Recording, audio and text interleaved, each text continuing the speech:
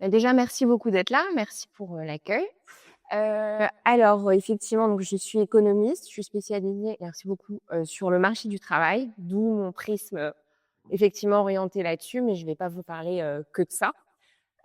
Donc je vous prie de m'excuser, mes slides sont en anglais, donc je vais faire une traduction en temps réel, mais je pense que le niveau d'anglais, est assez facile et ça posera pas de problème. Donc ce dont je voulais vous parler aujourd'hui, c'est, de concevoir l'IA comme la nouvelle frontière de l'automatisation. Donc le travail humain a toujours connu des vagues successives d'automatisation et aujourd'hui, avec ces technologies, on se heurte au fait de repousser cette frontière encore plus loin, donc ça va avoir des effets, importants sur notre économie. Parce que l'IA est la première technologie, qui automatise 2 choses qui n'ont jamais été automatisées avant. La première chose, c'est le raisonnement. Donc quand je dis automatiser le raisonnement, je ne suis pas en train de dire que l'IA raisonne en termes de causalité comme un humain. En revanche, l'IA permet d'automatiser des tâches qui, pour un humain, exigent un raisonnement. Donc, à la limite, quand on réfléchit à l'impact sur le travail, peu importe quel est véritablement un raisonnement causal, ce n'est pas encore le cas pour le moment, on est plus sur du pattern matching, mais même avec les technologies actuelles, l'humain fait des choses, a besoin d'un raisonnement, et ces choses sont désormais automatisées, certaines d'entre elles, par ces technologies. Donc c'est en ça que je dis que l'IA automatise le raisonnement. La seconde chose, Flavien sera peut-être pas d'accord sur tout, mais ça permet d'automatiser, encore une fois, un certain nombre de tâches qui, pour un humain, demandent de la créativité. Donc, je ne veux pas rentrer dans une discussion philosophique sur qu'est-ce qu'est la créativité humaine, est-ce que l'IA l'atteint, etc. Personnellement, je ne crois pas. En tout cas, il y a une certaine partie des activités créatives humaines, j'allais dire salariées, mais enfin rémunérées, marchandisées, qui sont potentiellement menacées. On le voit déjà dans les commandes des indépendants qui sont dans les métiers de la création qui souffrent beaucoup. Voilà, donc c'est ça que j'entends par cette automatisation. C'est pas un jugement de valeur, c'est qu'il y a vraiment des tâches marchandisées qui sont mises en danger par les facultés de l'IA. Donc c'est quelque chose de nouveau. Comme je le disais en introduction, on a eu des vagues d'automatisation tout au long de l'histoire économique, même avant la révolution industrielle. La première chose qu'on a cherché à automatiser, c'est la force physique. Okay, donc le marteau était déjà un exemple de cette automatisation. Plus récemment, on a automatisé les tâches administratives répétitives. Donc ça, c'est le traitement de texte. C'est années 90-2000. Donc là, c'est des nouveaux métiers qui avaient été menacés. Et donc aujourd'hui, comme je vous le disais, on repousse la frontière encore plus loin avec l'IA. Donc ce que l'IA permet d'automatiser, très schématiquement, donc c'est du travail de nature cognitive, d'accord? Donc c'est intellectuel. La grosse innovation ici, c'est que ça permet de prendre des décisions dans un environnement incertain. Et avec l'IA agentique, donc qui est un peu la prochaine étape de ces technologies, pour le moment, dans la plupart des entreprises, les salariés ont recours individuellement à ChatGPT, Claude et compagnie, etc. Ça, c'est la phase dans laquelle on est, autonomie zéro des systèmes. Mais demain, on va rentrer dans la deuxième phase, qui est l'IA agentique. Et là, c'est une combinaison de ces modèles de langage. Donc, ça ne demande pas de rupture technologique. C'est vraiment des problèmes d'ingénierie. Donc, on orchestre des modèles de langage et on leur donne un objectif. Et donc, ça leur donne une ébauche de mémoire et de planification. Donc là, on voit que ça repousse encore la frontière plus loin, puisqu'on peut automatiser des tâches de complexité supérieure et qui demandent un certain recours à la planification. Donc encore une compétence humaine qui est un peu attaquée par l'IA. Qu'est-ce qui est fondamentalement différent dans la nature de cette technologie par rapport aux vagues d'innovation les plus récentes? Donc, je parlais du traitement de texte, qui a quand même, entre parenthèses, mis au chômage pas mal de gens à l'époque, qui ont retrouvé un travail, ou pas. Donc, il y a eu des nouveaux métiers qui ont émergé. Mais qu'est-ce qui est différent par rapport à ces systèmes-là ou à ces systèmes de RPA, les robots d'automatisation, etc. Qu'est-ce qu'il y a de vraiment différent essentiellement avec l'IA moderne?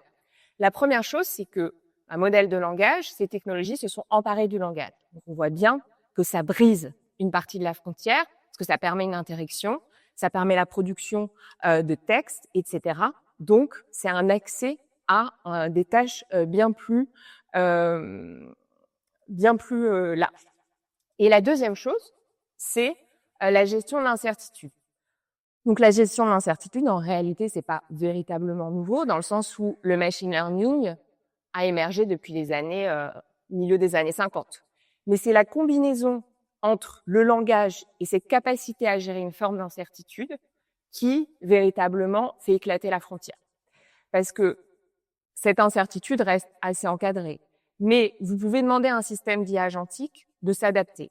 Par exemple, s'il y a une facture qui n'a pas de date ou un nom client erroné, le système va être capable de faire des requêtes, d'aller le chercher, d'envoyer un email pour passer par-dessus cette absence d'information. Un robot RPA classique, il n'y a pas le nom, il n'y a pas le moment temps, il s'arrête. Donc on voit que cette capacité de gérer l'incertitude plus cette gestion du langage, c'est véritablement là qu'est l'innovation de ces technologies, quand on pense au travail notamment. La grande révolution, mais ça encore une fois, c'est quelque chose qui existait avec le machine learning, c'est cette alliance avec le langage qui le rend opérationnel, c'est qu'on dépasse ce qu'on appelle le paradoxe de Polanyi. Le paradoxe de Polanyi, c'est de dire les êtres humains font un certain nombre de tâches qu'ils ne peuvent pas exprimer, codifier de façon explicite. Par exemple, un serveur ou une serveuse va interagir, être confronté à une multitude de cas, à une incertitude en fait assez radicale, et c'est impossible que j'écrive un script pour dire if this happens, then do that. D'accord? Donc, c'est un savoir implicite, une capacité de l'humain à réagir qui est impossible à codifier. Et c'est ça qu'on dépasse avec le machine learning et les modèles de langage. Parce que les modèles de langage apprennent des choses, extraient de milliards de données des statistiques, des probabilités, et donc sont capables de s'adapter et de s'improviser. Donc, on n'a pas encore de robots serveurs qui fonctionnent réellement.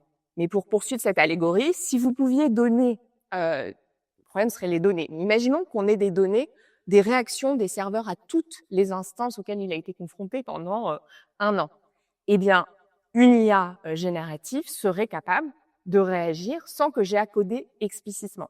Donc, on voit bien que on a dépassé partiellement, parce qu'il y a encore des choses qui sont irréductibles, mais en tout cas, on a repoussé la frontière plus loin de ce paradoxe de Polanyi qui restreignait beaucoup le champ des tâches qu'on pouvait automatiser. Ce que j'ai appelé le Saint Graal de l'automatisation qu'on atteint avec l'IA, c'est qu'on est capable d'automatiser des choses cognitives et des choses qui sont non routinières. Donc, la vague précédente dont je parlais, les traitements de texte, puis les robots RPA, etc., on arrivait à automatiser simplement des tâches que les économistes appellent routinières, c'est-à-dire quelque chose que je peux codifier. If A happens, then do B. Okay? Donc, des choses que je pouvais coder dans un Python ou quelque chose comme ça qui était un ensemble de règles fixes. Là, on peut automatiser des tâches qui demandent de l'improvisation, une adaptation. Donc, c'est vraiment une révolution. Donc, l'IA est ce que les économistes appellent une technologie à usage général. Et moi, j'ajoute que c'est une infrastructure cognitive. On a eu l'électricité, c'était une infrastructure d'énergie physique, matérielle. Et là, on est en train de bâtir une infrastructure cognitive. Donc, les technologies à usage général précédentes, on avait bien sûr l'électricité, les chemins de fer, Internet. Et là, on voit qu'il y a comme une accélération. On a l'intelligence artificielle. Donc, qu'est-ce que c'est une technologie à usage général? Donc, la première chose, c'est que ça a un impact sur tous les secteurs.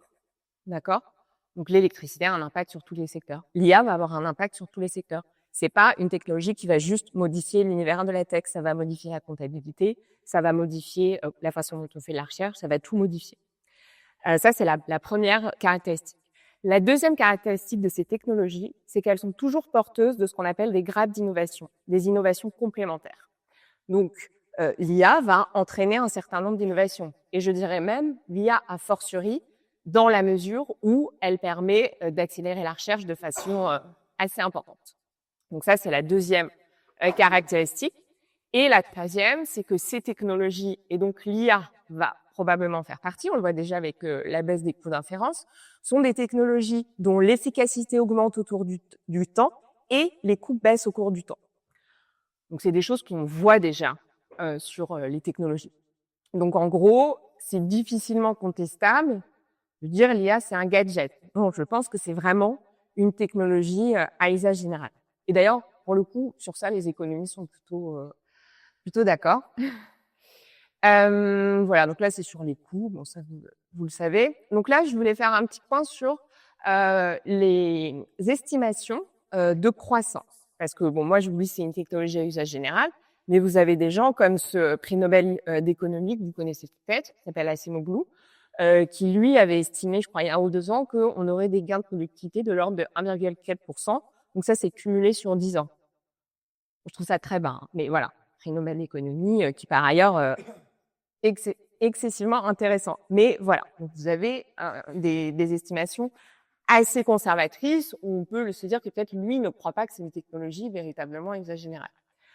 Ensuite, vous avez ce qu'on va appeler les optimistes. Donc là, je crois que c'est Morgan Stanley, c'est 7%. Et puis après, vous avez Sam Altman qui vous dit c'est la croissance infinie, etc.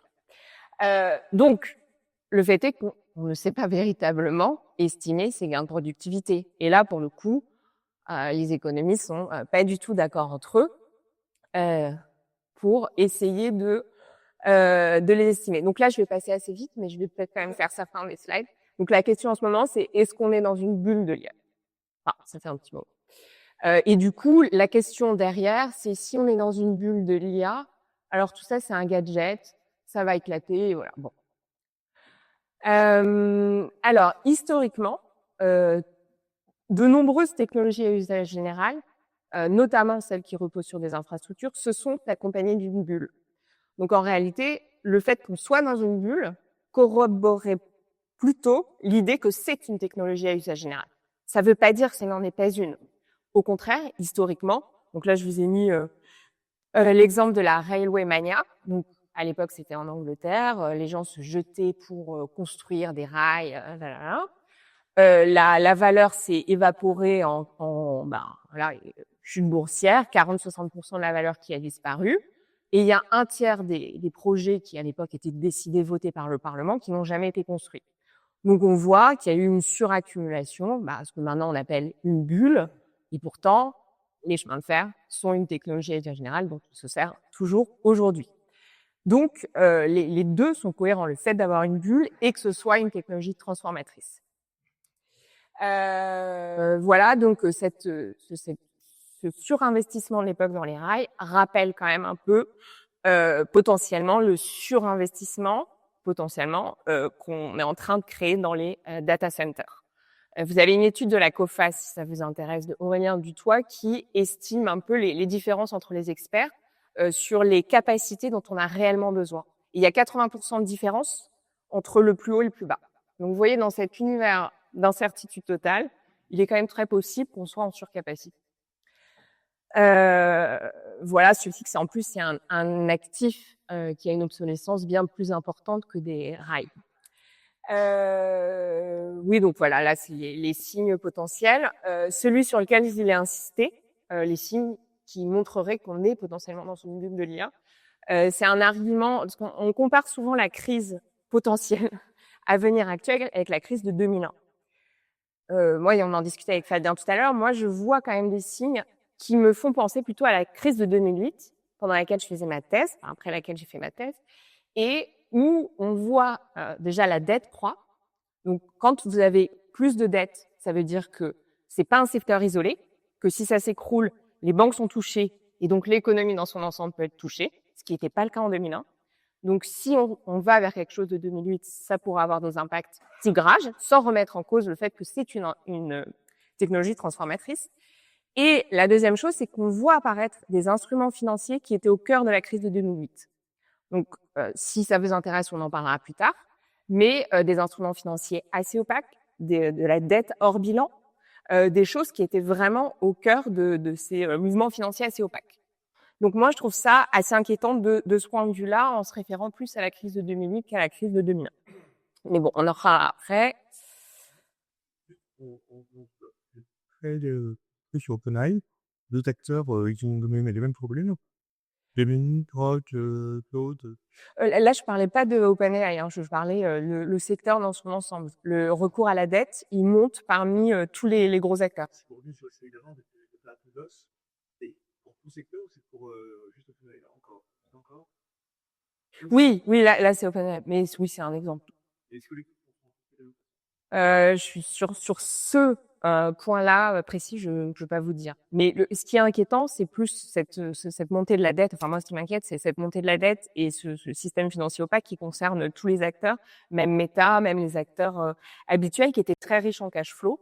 Et là, ils sont en train de devenir de plus en plus endettés. Donc là, sur ce point-là de revenus bas, je pense que, enfin, il y en a qui peut-être, mais je crois qu'OpenAI, effectivement, est pire que les autres. Voilà.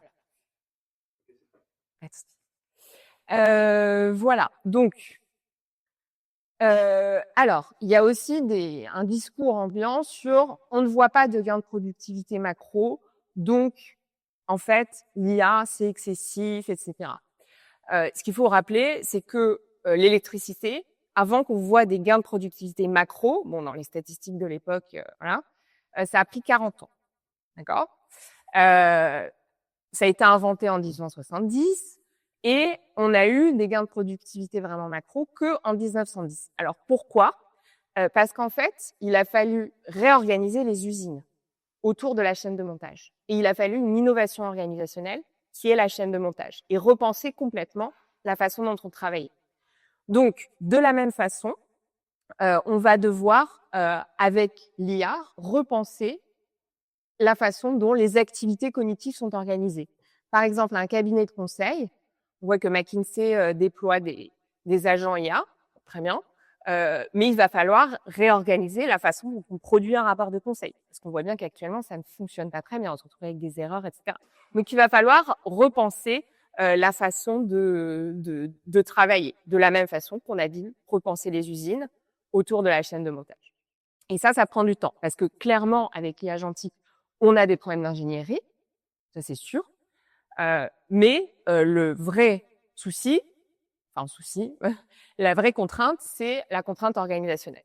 C'est de réorganiser la façon dont on produit du contenu de nature cognitive, façon dont les avocats font leurs conclusions, va complètement changer. Ils vont peut-être plus être les seuls rédacteurs, ils vont être en co-rédaction avec l'IA. Est-ce qu'ils vont se transformer en vérificateurs? Enfin, tout ça, c'est des choses qui prennent du temps à repenser le travail. Donc, on va devoir avoir une redéfinition des processus de production, des nouveaux rôles qui vont émerger dans ces processus de production, qui ne seront pas organisés de la même façon. Et ça prend du temps. Donc, quand on entend dire que l'IA générative, ça fait déjà 3 ans, on voit pas de gain de productivité, moi, ça ne m'étonne pas parce que là d'où va venir les gains de productivité, c'est de cette IA agentique. Et cette IA agentique, ça demande de repenser le travail et ça prend du temps. Ça demande des innovations organisationnelles. Oui, alors là, c'est sur l'aspect de réorganiser le travail. Donc, il y a quand même un risque sur la nature du travail. Donc, c'est là où je vais peut-être être un peu déprimante aussi.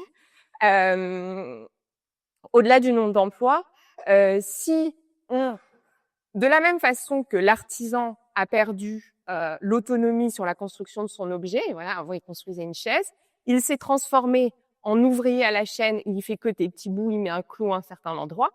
On pourrait de la même façon avoir une forme de taylorisme cognitif où la chaîne de production cognitive va être découpée en petites étapes. Par exemple, pour la production d'un rapport de conseil, l'IA va faire la recherche je sais pas comment ils appellent ça, la recherche de sources. L'IA va faire la rédaction et les consultants vont être des vérificateurs à certains points du processus, ce qu'on appelle Human in the Loop Strategy. Il va falloir définir à quel moment je mets ces humains qui vérifient. Donc ça peut être très bien pour l'entreprise, mais ça peut aussi signifier pour le salarié un appauvrissement considérable de son travail. Voilà, donc ça c'est quand même un risque sur la.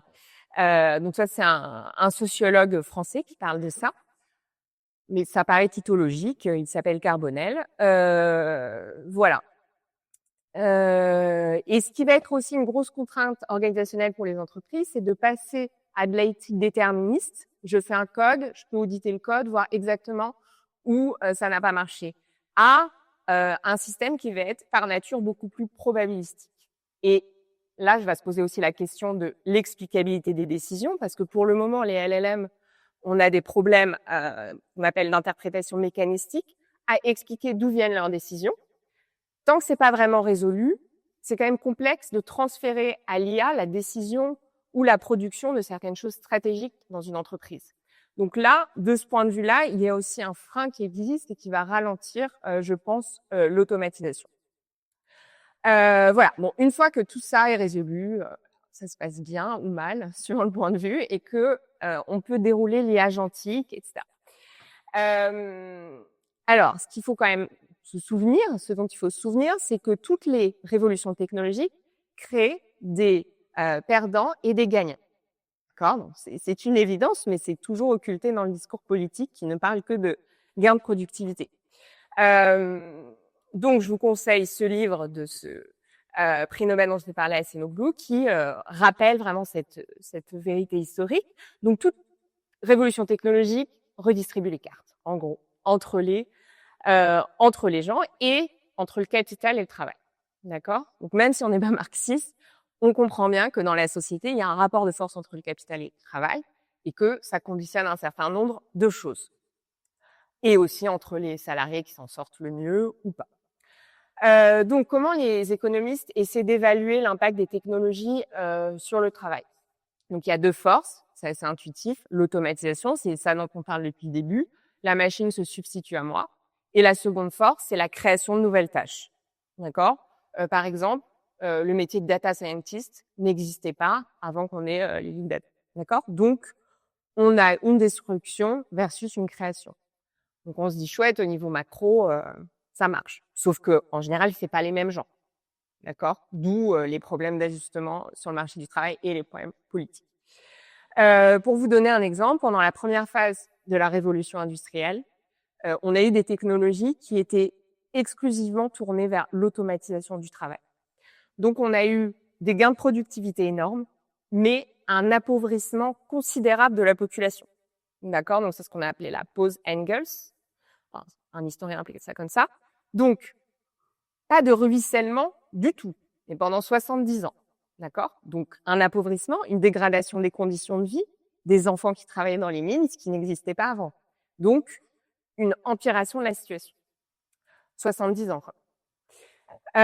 Seconde phase, là, on a basculé dans une phase beaucoup plus positive, et c'est là où les choses ont mieux ruisselé, de création de nouvelles tâches. Donc, je vous ai mis l'exemple de l'ingénieur de chemin de fer. Voilà, vous avez des nouveaux métiers qui émergent et une meilleure redistribution des gains de productivité à l'ensemble de la population. Mais ça prend du temps et c'est pas automatique et ça demande d'avoir cette création de tâches. Voilà, donc les perdants et gagnants de la révolution. Et donc, la dernière vague d'automatisation en date, qui était les traitements de texte, Internet, etc., et la robotique, notamment dans l'automobile, ont aussi redéfini le pouvoir, enfin la richesse entre les travailleurs. Qui est-ce qui a été le plus frappé ? Donc ça, on l'a déjà dit, mais les employés qui, à la fois dans les usines et dans les bureaux, faisaient des tâches répétitives. D'accord ? Donc, ils ont été touchés très fort. Je ne sais pas si j'ai mis une chiffre. Voilà, donc ça, aux États-Unis, donc j'ai pas l'équivalent pour la France, mais aux États-Unis, les hommes qui ont comme diplôme le lycée et pas plus haut, ont eu une baisse de leur salaire réel de 15%. C'est pas relatif aux autres. Ils ont eu une baisse de leur salaire réel. Donc, on voit bien que certaines des choses politiquement qui peuvent se passer aujourd'hui sont liées potentiellement à des histoires de redistribution économique d'il y a 10 ou 15 ans. Donc, la baisse de salaire réel de ces gens-là. Et cette vague d'automatisation expliquerait, d'après Acemoglu et un autre économiste, entre 50 et 70% de l'augmentation des inégalités aux États-Unis. Donc, ça s'applique aux États-Unis, on n'a pas l'équivalent, en tout cas, ça n'a pas été calculé pour la France, mais ça montre bien que toute innovation a des impacts redistributifs très forts. Et ça a mené, et ça c'est vrai aussi en France dans une certaine mesure, à ce qu'on appelle une polarisation des emplois. Donc ça, c'est l'échelle des revenus. On a eu moins d'emplois au milieu, parce que c'était ces gens qui faisaient des tâches répétitives, soit dans les usines, soit dans les bureaux. Ça a fondu. Une augmentation des métiers les moins bien rémunérés et des métiers les plus rémunérés. Pourquoi cela a augmenté? Parce que c'était ceux qui n'étaient pas automatisables, le soin, etc. Et en haut, c'est des gens qui étaient très complémentaires à la technologie, à l'époque, Internet. Voilà. Donc maintenant, on en est là. Donc il faut essayer d'anticiper ce qui va se passer. Donc ça, je vais passer un peu vite, mais voilà, la complexité de ce que l'IA est capable de traiter double tous les 7 mois. Maintenant, ce qu'on peut se demander, c'est avec la dernière vague d'innovation, on a eu cette polarisation là, le sablier. Qu'est-ce qu'on va avoir maintenant? Donc vous avez le CEO d'Anthropic qui dit ça va être un bain de sang pour les cols blancs. Toutes ces déclarations sont forcément biaisées parce que évidemment, il vend sa technologie, donc quelque part, il est du côté des technologies disruptives. C'est pas Microsoft. Microsoft a un discours très différent parce qu'il veut vous vendre Copilot. Mais lui, il veut vous dire que le monde est bouleversé et tout va changer. Donc, il a intérêt à vous dire ça aussi. Donc, qu'est-ce qu'on sait, en fait, pour le moment? Moi, je pense que c'est de toute façon trop tôt, parce que comme je vous le disais, on n'est pas encore dans cette phase de l'IA agentique véritablement déployée. Mais malgré ça, on a déjà des signaux. On a 2 papiers aux États-Unis qui montrent un impact sur l'emploi des jeunes. Donc, un ralentissement de l'embauche des jeunes dans les occupations les plus vulnérables face à l'IA et dans les entreprises qui adoptent effectivement l'IA. Donc, un ralentissement de l'embauche de ces juniors. Voilà, là, c'était pour vous montrer des exemples. Donc, on peut même se demander, il y a beaucoup de gens qui se demandent si on n'a pas une fin de l'avantage de l'éducation, de la prime à l'éducation. En tout cas, aux États-Unis, on voit une réduction de l'écart entre ces catégories qui avant étaient, il y avait un véritable fossé. Bon, ça, c'est un peu tôt pour le dire, mais c'est une question qu'on peut se poser parce que comme l'IA remplace beaucoup l'expertise et que c'est souvent à quoi aboutissent des études supérieures, il y a une question là-dessus. Donc maintenant, la question macro, donc on parle beaucoup en termes de productivité. Et c'est chouette la productivité et la croissance, ça c'est évident. Cependant, dans un métier, si je deviens 8 fois plus productive en tant qu'économiste, 2 choses peuvent se passer. Soit ma demande augmente, c'est-à-dire que on se met à me demander beaucoup plus de papier d'économie qu'avant ou de meilleure qualité, soit moi ou mes collègues perdent leur emploi. Donc, ce raisonnement sur la productivité, il faut toujours raisonner par rapport à la demande qui est en face. Si des comptables deviennent extrêmement productifs, sauf si on a besoin tout d'un coup on se met à légiférer pour augmenter les contraintes de comptabilité, il y a des comptables qui vont perdre leur emploi. Voilà, donc il y a 2 scénarios. Il y a le scénario optimiste, qu'on pourrait appeler le scénario Philippe Aghion, qui est de dire les nouveaux jobs vont émerger en nombre suffisant. Oui, il va y avoir des destructions, mais en face, il va y avoir des nouveaux jobs. Donc tout va bien. Au niveau macro, on va se retrouver avec soit 0, soit une création nette de. Le deuxième scénario plus pessimiste, c'est de dire les nouveaux métiers, ils vont pas émerger en nombre suffisant en fait. Il va y avoir un vérificateur pour 50 personnes qui travaillaient avant. Donc, on va avoir un problème au niveau macro. Mais ce que je voudrais rappeler, c'est que même dans ce scénario, qui est le scénario qu'historiquement on a toujours connu, c'est-à-dire qu'on n'a pas eu une baisse de l'emploi humain au niveau macro, c'est jamais arrivé. Donc, on a toujours été dans cette petite flèche verte optimiste. Mais même dans ce cas-là, on a des coûts de transition qui sont énormes. C'est-à-dire que j'insistais sur la perte de salaire réel des hommes blancs aux États-Unis qui ont seulement le diplôme du lycée. C'est pour vous dire que, en fait, les métiers qui sont créés et les métiers qui sont perdus, ce ne sont pas les mêmes personnes. Vous avez un ouvrier qui perd son emploi à Roubaix. En fait, il n'a pas pu venir travailler à la Défense pour être consultant. Donc, il y a des coûts sur le marché de l'emploi et souvent des coûts politiques qui peuvent mettre un peu de temps à se concrétiser. Mais même dans le scénario vert, tout n'est pas rose. Donc, dans les deux cas, je pense qu'il faut considérer vraiment sérieusement le choc qui va venir, même si on est optimiste. Et je me crois qu'il faut que je me dépêche. Oui. De pêche. Donc, historiquement, sur les grandes qu'on a dit, Ça reste pas. Ouais. le rail, ça simple, enfin, d'abord. Le rail, il y a toujours eu, c'est toujours le scénario macro vert, c'est connu, ça. En gros, ouais. Mais il y a des transitions. Ouais. Une fois le tension est passé, il valait mieux être après la transition qu'avant. Globalement. Bah alors ça, moi, j'aurais tendance à vous dire oui, mais vous avez des gens qui mesurent. Mais si on mesure la richesse des gens et ce que vous avez, oui, oui, oui, oui, oui.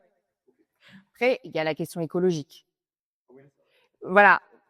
Donc c'est pour ça que, mais en termes de richesse par habitant, oui, en tout cas dans les pays développés.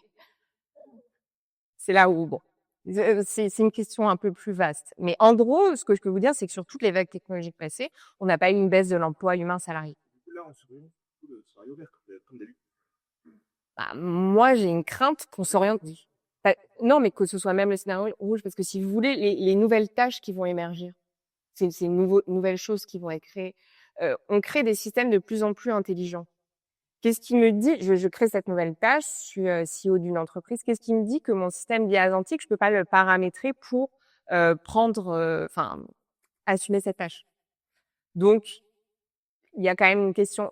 L'IA n'est pas seulement un outil. Enfin, c'est un outil dont on ne connaît pas la frontière. D'accord? Un marteau, une calculatrice, vous voyez où ça s'arrête. L'IA agentique, pas nécessairement. Alors, je me dépêche maintenant. Je crois que... donc sur les solutions. Donc, même si on est dans le scénario optimiste, il va y avoir une nécessité à redistribuer à court terme. Le souci, alors vous avez même des solutions qui vont plus loin.